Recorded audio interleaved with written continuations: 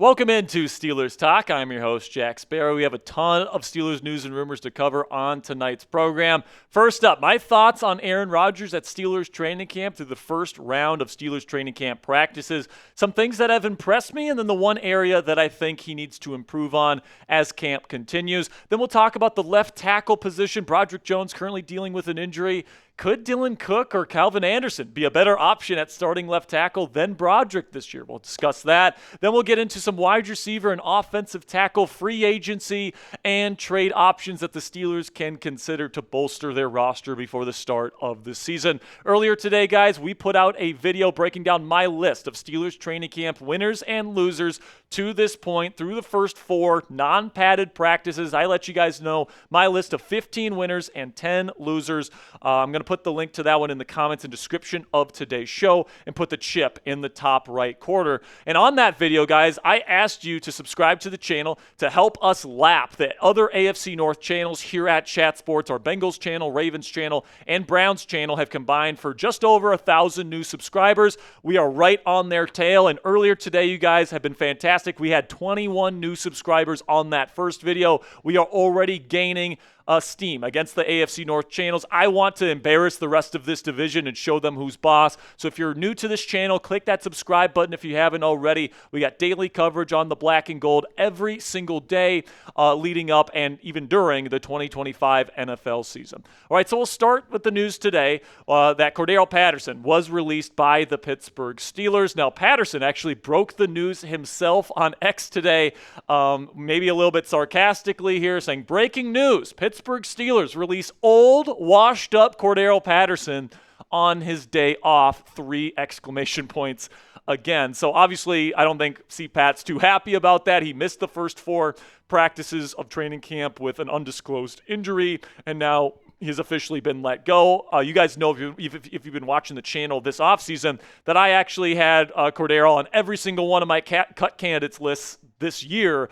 So the Steelers finally pull that trigger, and now that opens up a roster spot for the Pittsburgh Steelers at this point in training camp. And then DJ Thomas-Jones, the tight end / fullback that left practice with an injury yesterday, avoided disaster. It was originally feared that he tore his Achilles tendon and would be out for the rest of the season. But according to the Athletics' Mike DeFabo, he says, per source, further testing revealed DJ Thomas-Jones does not have a torn Achilles, as some have speculated. While Mike Tomlin said yesterday that the injury is quote-unquote significant, it is not believed to be season-ending for the versatile UDFA. So we'll see what they end up designating for Thomas Jones for the season, if he could come back this year. But he was a UDFA that was already battling an uphill battle to even make the final roster. So we'll see what ends up happening with Thomas Jones in the days and weeks to come. So now I want to talk a little bit here about Aaron Rodgers, because we didn't talk about him in my winners and losers list earlier today, because I didn't think he was necessarily a big winner, but he also wasn't like a big loser. I think there was a mixed bag for Rodgers through the first 4 practices, and I do want to cut him a little bit of slack for maybe some of the accuracy issues and the miscommunication stuff, because it is still very early in his Steelers tenure, and he is still developing chemistry with his Steelers weapons here in Pittsburgh. So first, the thing that really stands out when you're watching him in person, guys, is that the arm talent and the quick release and the zip is definitely still there. And honestly, something that really impressed me about Rodgers was his ability to lower his arm angle to throw it around defenders trying to bat his passes. I mean, there was a number of underneath throws where Rodgers just lowers that arm slot a little bit and throws a perfectly placed football to his check down option. It's not a deep down the field laser type of throw, but it's still a very impressive throw.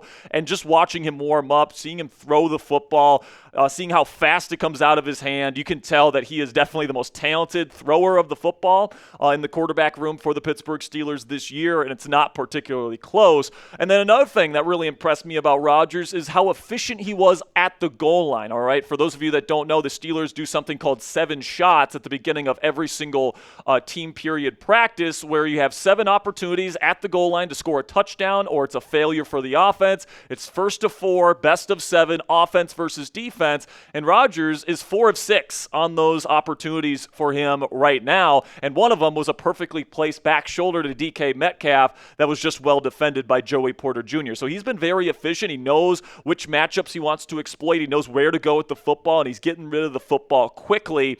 But the area of improvement that this Steelers passing attack needs to get is that they need to start throwing the ball down the field with more efficiency. I think Rodgers only had 2 or 3 downfield completions throughout these first 4 practices, and what I mean by downfield is 10 or more air yards. He had 0 deep completions, which is 20 or more yards down the field. So Rodgers, obviously going up against this really good Steelers defense, there's not going to be a ton of opportunities to throw the ball deep down the field, but you're going to have to face good defenses in this league to go where the Steelers want to go, which is to the Super Bowl. So you're going to have to see, as camp goes on, Rodgers begin to pick apart this really good Steelers defense. If we get to that point, I will feel very confident about this Steelers offense heading into the year, but obviously, it's still a work in progress on offense with Rodgers at quarterback, but it's an okay start, all right? I want to make it abundantly clear. This was essentially his mandatory minicamp, all right? No pads, all this different stuff, 4 days of practice.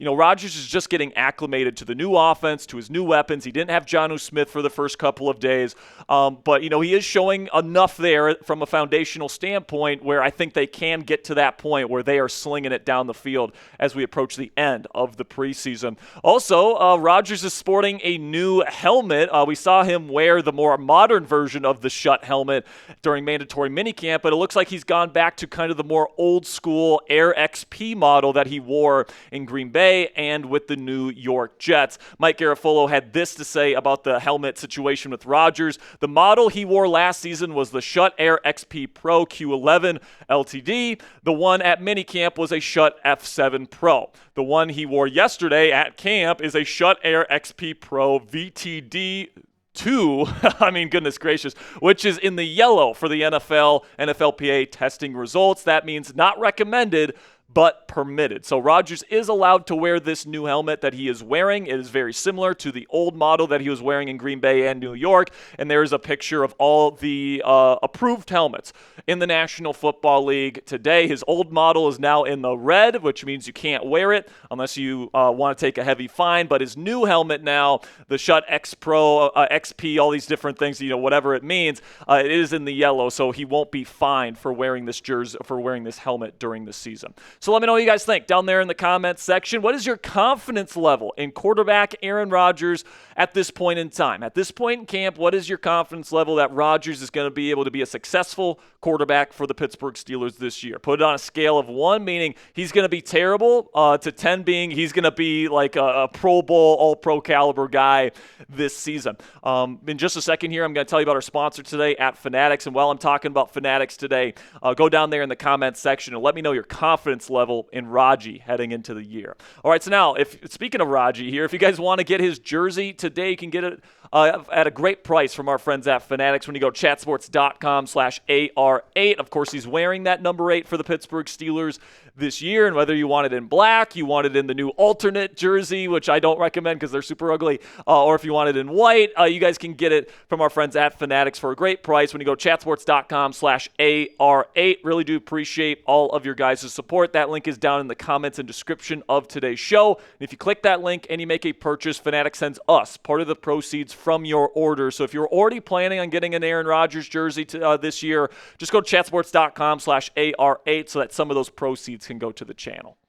So yesterday, Broderick Jones left practice with a soft tissue injury. He is currently considered day-to-day. We'll see when and if he can put the pads on this week when the Steelers go to their padded practices in Latrobe. But yesterday, backup Dylan Cook, not Calvin Anderson, took his spot at left tackle with the first-team offense, and he reportedly held his own. He didn't give up too many pressures. He didn't give up any sacks, and honestly, he looked better than what Broderick Jones was looking like out there, and he's supposed to be the first-team option as a former first-round pick. So I have a couple questions after what happened yesterday. My first question is, will will Calvin Anderson or Dylan Cook be at left tackle tomorrow if Broderick Jones can't go? Of course, the Steelers gave Calvin Anderson the bigger contract, a 2-year, $4 million deal this offseason, but Dylan Cook was out there on Sunday, and he held his own. He actually looked pretty darn good. So it's definitely possible either one of these guys could get those first-team left tackle reps tomorrow when the pads go on, especially if Broderick Jones is not out there. But another question on my mind is, are these guys better than Broderick Jones at this point? I mean, it's no secret that on Steelers Twitter there's been a bunch of clips of Broderick Jones taking pretty bad losses on film, and obviously the pads haven't come on yet, and you can't really judge an offensive lineman until those pads come on. But Broderick has not had a good start to camp. He's not getting off the ball with any sort of pace or speed. He's allowing very easy inside counters. He's just not really putting up much of a fight. So, I don't think Jones looked particularly good in week 1 versus Dylan Cook, who went in there and actually looked pretty decent against Alex Highsmith, Nick Herbig, these number 1 edge rushers for the Pittsburgh Steelers. So I think it's definitely possible that, at some point this year we're talking about Dylan Cook or Will Anderson or Calvin Anderson being the option for the Steelers at left tackle. But could they potentially be considering another offensive tackle? Could they consider bringing in somebody in free agency or via trade? There are some options out there that could be possibilities. There's a couple of Kansas City Chief offensive tackles, Jalen Moore and Jawan Taylor, that could be up for a trade here because Josh Simmons, the first-round pick for Kansas City this year, has been absolutely balling out apparently at Kansas City Chief training camp this year. I think that he's going to play very early, and if he does, that means either Jalen Moore or Jawan Taylor is going to be a potential trade candidate, especially for the right price. I do think the Steelers would have to pay a little bit of a premium because the NFL teams usually like to, keep extra offensive linemen if they have them because it's such a critical position. But it's certainly possible Jalen Moore, Jawan Taylor could be made available for the right price. Another guy that could be made available is Chicago Bears left tackle Braxton Jones. Now, I wouldn't say Jones is anything special. He can be vulnerable to the bull rush, which is why I think that his ceiling as a left tackle is capped. But he has been a very effective left tackle in the National Football League according to Pro Football Focus grading, where he is graded extremely well in their grading system over the last 3 years. In Chicago, he was top 20 in the league in 2022. His rookie season, 2023, still pretty good. And then last year, he was 22nd out of 81 starting offensive tackles in the league with a 77.4 PFF grade. They just drafted an offensive tackle in the second round in Ozzie Trapilo in Chicago, so it's certainly possible that Jones could be got for the right price. I also think Jones is an excellent fit in Arthur Smith's zone-heavy scheme. He's an excellent athlete, and he moves around very, very well. So, if he's available, I would absolutely be willing to trade one of the plethora of mid-round draft picks the Steelers have heading into the 2026 NFL draft, especially if Broderick Jones is just not cutting it heading into the season. And like I said, the Bears did draft a left tackle of the future in Ozzie Trapilo in the second round this year, so it is a possibility. But unfortunately, guys, NFL teams really don't trade offensive tackles this early into the season. Maybe if the Bears really start stinking it up, maybe they will consider moving one of these guys at the trade deadline, but really going into the season, depth is really valuable at the offensive line position, so I'm not sure if any of those trade options are all that realistic. So let's take a look at some of the free agency options. George Fant has played mostly right tackle in his NFL career, but he is still out there, a longtime veteran. You could think about moving Troy Fautano to the left side if you want to replace Broderick Jones. Isaiah Wynn is another guy to consider that's played all over the offensive line in his NFL career. Andrus Peat is still out there. He's not very good, to be completely frank with you, but he's played tackle and guard. He brings some versatility to the table. Tyron Smith, formerly one of the best left tackles in football, played with the New York Jets last year with Aaron Rodgers before he had a season-ending injury. He announced his retirement earlier this offseason, but if he's still in shape and if he's still in football shape in terms of his size and strength, could Aaron Rodgers maybe convince him to come play one more season with the black and gold? And then another guy to keep your eye on is David Bakhtiari. Now, Bakhtiari is somebody that hasn't played an NFL game in a couple years here. I'm not sure if he's in football shape, but in terms of guys that do have a connection with Aaron Rodgers, of course, he was his left tackle in Green Bay for so long. They're really good friends. And, if Rodgers gets input on this decision, if they say, hey, Aaron, who do you want to bring in here? Bakhtiari might be at the top of the list, especially if he's still good to play in the NFL. He tried to last year and no team picked him up. So make sure you guys click that thumbs up icon if you haven't already. If you're having a good time today, we got one more topic that we need to discuss on today's show. But if you're still with us here and you're enjoying today's show, click that thumbs up icon. We greatly appreciate it. All right, so the final topic that I want to discuss on today's show is don't be shocked if the Pittsburgh Steelers make a move at wide receiver. And the reason for that, guys, is some of the secondary options in the wide receiver room when it comes to the first-team offense.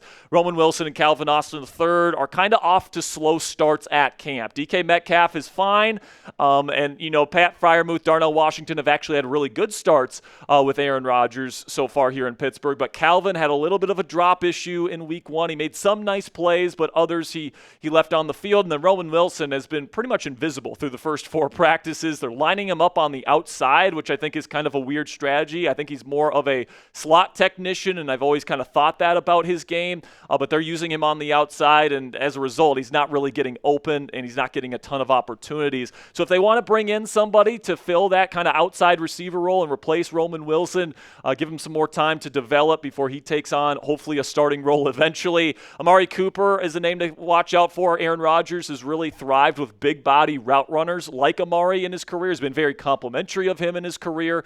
So keep your eye on him. Keenan Allen, there was a report last week that he's kind of taken a look at the landscape before the season, before he signs on with a football team. Pittsburgh could be in that mix there. Then Gabe Davis, they brought him in for a free agency visit. He's a really good run blocker. He's a downfield threat. Had some good seasons there with Josh Allen with the Buffalo Bills. So those are 3 options to keep your eye on the free agency market. And then a trade is still possible as well, guys. I know that they're interested in guys like Romeo Doubs and Dontavian Wicks.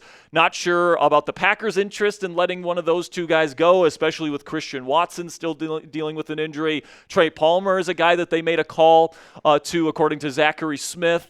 Adam Thielen is an underrated name to keep your eye on. The Steelers were very interested in him at the trade deadline last year, and the Panthers have a lot of young, new wide receiver talent, and Thielen might be wanting to play for a team closer to a championship than Carolina. And then John Mechie is maybe a 6th or a 7th round pick type of trade asset there that the Steelers can turn a 6th or 7th round pick into a potential starter for this football team. So keep your eye on those 5 guys. We'll see what ends up happening. I think the Steelers will probably continue to roll with Roman and Calvin for a little bit here, but if they don't turn it around, it would not shock me one bit if the Steelers make a move at the wide receiver position before week 1. So predict it for me down there in the comments section. Will the Steelers add another big name wide receiver before the start of the season? And if so, who do you think it's going to be? Let me know down there in the comments section. And that'll be it for today's edition of Steelers News and Rumors.